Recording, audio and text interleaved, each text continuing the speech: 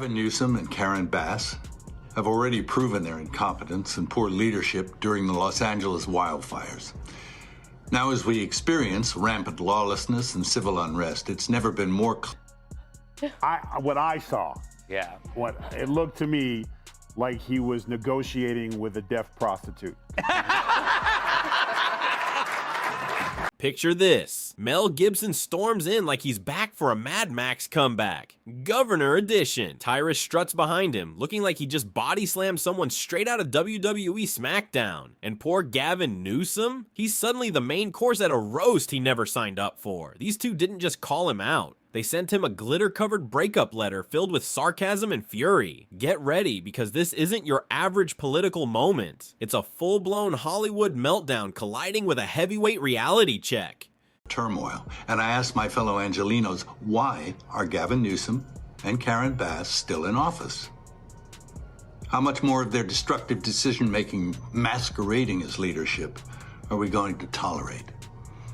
It's time to take back our community and our state and put the power and the privilege in the hands of competent leaders whose goals are to protect us and the way of life this nation was founded. Before we dive deeper, hit that like button and subscribe. You seriously don't want to miss what's coming next. Mel Gibson has never been the kind of guy to sit quietly in the corner sipping tea. No way. He's the man who kicks the door off its hinges, flips the table, and declares the tea is poisoned while locking eyes with you like it's Judgment Day. This time, his latest masterpiece isn't about swords, warriors, or priests. It stars none other than the walking shampoo commercial himself, Gavin Newsom. The drama is brewing, and Gibson's about to spill every drop of it. You can watch the tape. Yes! He literally goes, I want some of this, then you do some of this, and I'll do some of that back to you, and then we'll do this, and then I'll pay you, and then we'll do it again. True. And then she kept saying, no. Okay, how about this? You do this one first, then we do this one, then we give a little back and forth. Yes, California's very own governor, or the man who looks like he was carved from marble by someone with an endless supply of hair gel and smugness, is now trapped in a storyline even Hollywood couldn't dream up. The guy's built like a refrigerator with opinions, the kind of man who could crush a folding chair just by sitting on it. If Gibson is the chaos grenade, then Tyrus is the iron anvil of truth. Together, they've formed a powerhouse duo calling out Newsom so hard he ends up looking like a background extra in his own political soap opera. You know it's bad when your biggest critics aren't rival politicians, but a Hollywood legend with zero filter and a wrestling commentator who treats nonsense like it's a contagious disease. Tyrus, did he leave out anything? I think there's about 100 other reasons too. Well, you can't, it's not his words when he speaks. Yeah. You have to watch him closely. And some genius decided not to film him any lower than the shoulder. Yes, did you? Yes. So what did he do? You couldn't see the hands. No, but he sent Morris. So why is Newsom suddenly in the political hot seat? Simple, the man runs California like it's an overpriced amusement park. Every ride's broken, the bathrooms are locked, and they still charge you $50 for parking. Instead of fixing the chaos, he's too busy polishing his grin like it's an award. Mel and Tyrus finally had enough of the circus, and they didn't just throw shade, they created a total solar eclipse. The spotlight's on and it's burning brighter than ever. Governor Gavin Newsom and LA Mayor Karen Bass, well, they were also suggesting that LA was under control. They had it covered while, of course, LA was essentially burning. And they've been blaming Donald Trump for all the chaos in LA, while Gavin Newsom has been trying to emerge as the strong leader of the Democrats as he eyes off the presidency in 3 years' time. But actor Mel Gibson has spoken out, blasting the governor and the mayor, rightfully so, for their disastrous leadership. Mel Gibson's angle couldn't be clearer. This is a man who spent decades in Hollywood watching fakes climb the ladder by pretending to care. And nothing screams phony louder than Gavin Newsom pretending to be the golden boy of progress. Gibson probably looks at him and thinks, I've played villains less cartoonish than this guy. While Gibson slices through Newsom's image with precision, Tyrus crashes in like a freight train made of sarcasm. But this isn't just about bad politics. It's about an obsession with image. Newsom struts around like a wannabe president, hair shinier than an oil spill, practicing his serious leader face in the mirror like he's auditioning for daytime TV. Meanwhile, his state looks like a scene from a dystopian movie. Deodorant locked behind glass, tents rivaling Starbucks, chaos everywhere. It's Gotham without Batman, and Gibson's patience has officially run out. Yeah. He's negotiating with the deaf prostitute. Yeah. Let's just stick with that. Yeah. More likely. Yeah.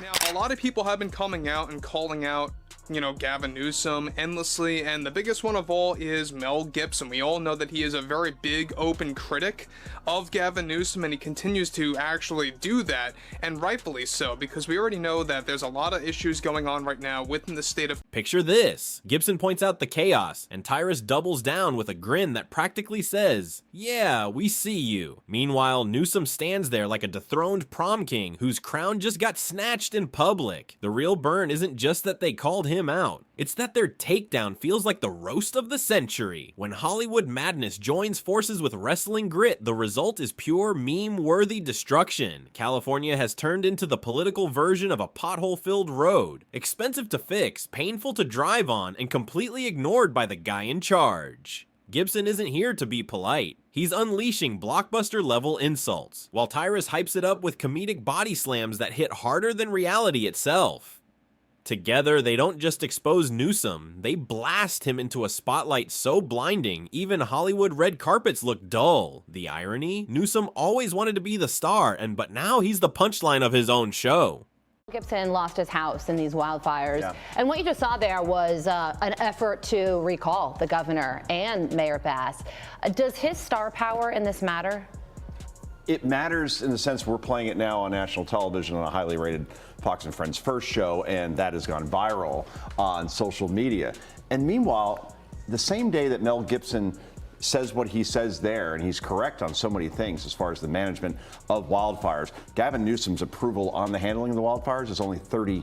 Wow. Instead, Gibson and Tyrus flip the script, turning Newsom into the villain of their roast special. Not the cool, menacing kind either. More like a Scooby-Doo bad guy who gets unmasked as just some dude running a scam on the town. The sting is brutal. Newsom thought he was auditioning for the presidency, but he ended up as the comic relief in someone else's act. If there's one thing he's mastered, it's pretending he isn't running California into the ground. He struts through the chaos like the lead actor in a Netflix drama that nobody asked for. Except this show's all hair combing and zero problem solving. Potholes multiply faster than excuses, and Gibson's looking at this dystopian disaster thinking, nope, too unrealistic, even for me. Then comes Tyrus, dropping verbal elbows like a champ, calling it what it is. A disaster held together by hair gel. He's a man allergic to nonsense, and Newsom practically radiates it. Watching this unfold is like seeing a pit bull tear into a chew toy shaped like a politician. No hesitation, no mercy, just the sound of squeaking pride and shredded ego. You can watch it. Look at the blinking. Blink, look. Meet me at the house. Like, he's blinking. He's sending.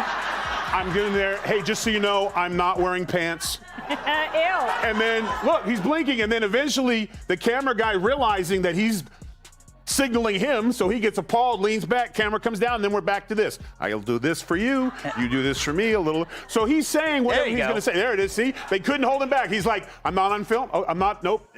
What really makes this whole thing hilarious is that Newsom probably thought he was untouchable. Politicians expect attacks from rivals or the occasional late-night joke, not from a Hollywood firebrand and a wrestling powerhouse. Gibson comes in with the subtlety of an action movie explosion, while Tyrus makes sure everyone knows this roast isn't just about California. It's about the absurdity of a man acting presidential when his own state looks like a survival game where everyone's losing. California, once the land of dreams, beaches, and movie magic, has turned into a ride called The Collapse. Admission's free if you're homeless, overpriced if you're not, and the only working attraction is the one that takes you out of the state. And that's what stings. Gibson knows the difference between a blockbuster and a flop, and right now, California wouldn't even make it to straight to DVD status. It's pure YouTube fail compilation energy.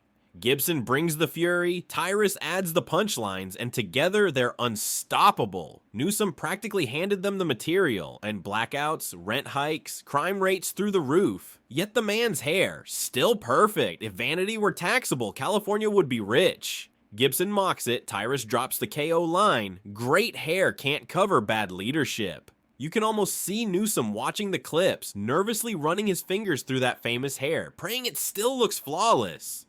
Well, speaking of full of isn't it, I'm sorry, I'm confused. He's still governor, right? Yes. Yeah. So he could do something about it. That's the most irritating thing, is like, why did anyone say with a follow-up where he's like, the homeless situation is ridiculous? Follow-up question, aren't you governor? Yeah. Like, that's the difference. That's the difference between the radical left and President Trump.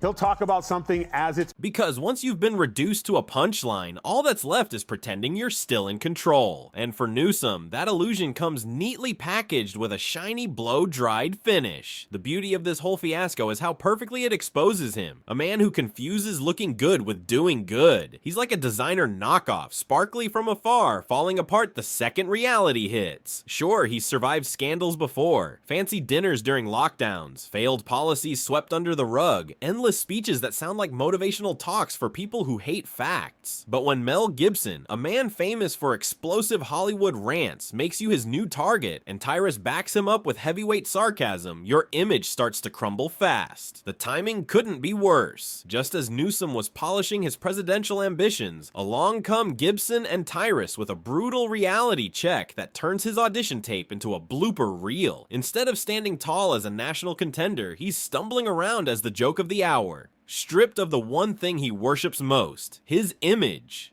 How much more of their destructive decision-making masquerading as leadership are we going to tolerate?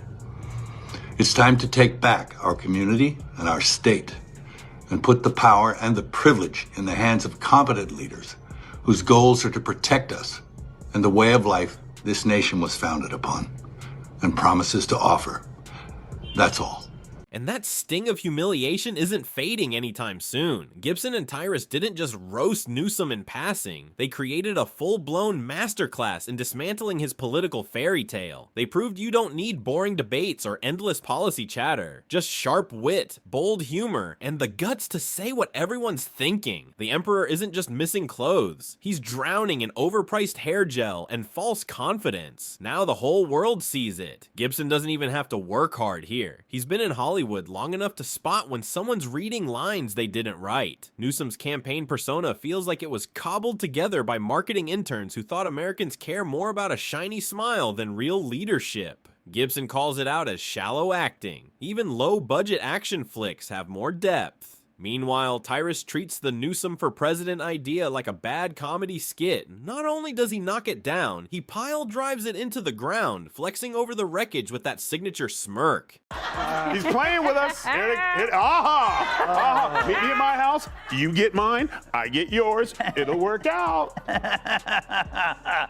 Paul, are they capable of soul searching? It feels like the party itself has no soul. Yeah, I know, they have no soul. You know, it's a really interesting statement. If you just kind of, you can break it in two. He spends the whole first part of that saying, we lost because this. Essentially what he says is, folks, we were on the wrong side of every issue last. To Tyrus, the idea of Gavin Newsom running the country is like handing the keys to a space shuttle to the guy who just crashed a golf cart. Sure, it might be entertaining for 5 seconds, but then everyone's bracing for disaster. Newsom's political resume? It's basically a highlight reel of California's greatest catastrophes. Homelessness through the roof, crime out of control, and yet his biggest defense is that polished smile. Instead of solving problems, he doubles down on the I look perfect, so I must be right routine. It's like watching a kid try to ace a spelling test by sprinkling glitter on their name. Gibson sees right through it, tearing down the act with the fury of a man who's fought cinematic wars, both on and off screen. Meanwhile, Tyrus keeps it simple, calling it what it is, a bad performance that wouldn't even survive 1 round on America's Got Talent. Imagine a presidential debate, real political heavyweights on one side, and on the other, Newsom practicing his smirk under perfect lighting. Gibson would call it a casting disaster, and Tyrus would label it straight up satire. The timing couldn't be worse. Newsom's out there shaking shaking hands, posing for cameras, testing the waters for a presidential run, while Gibson and Tyrus drop knockout after knockout. It's content gold for them and pure nightmare fuel for him. And the best part, he can't even fight back, because whether he responds or stays silent, he loses. Gibson and Tyrus have him trapped in a comedy chokehold, and the harder he squirms, the funnier it gets.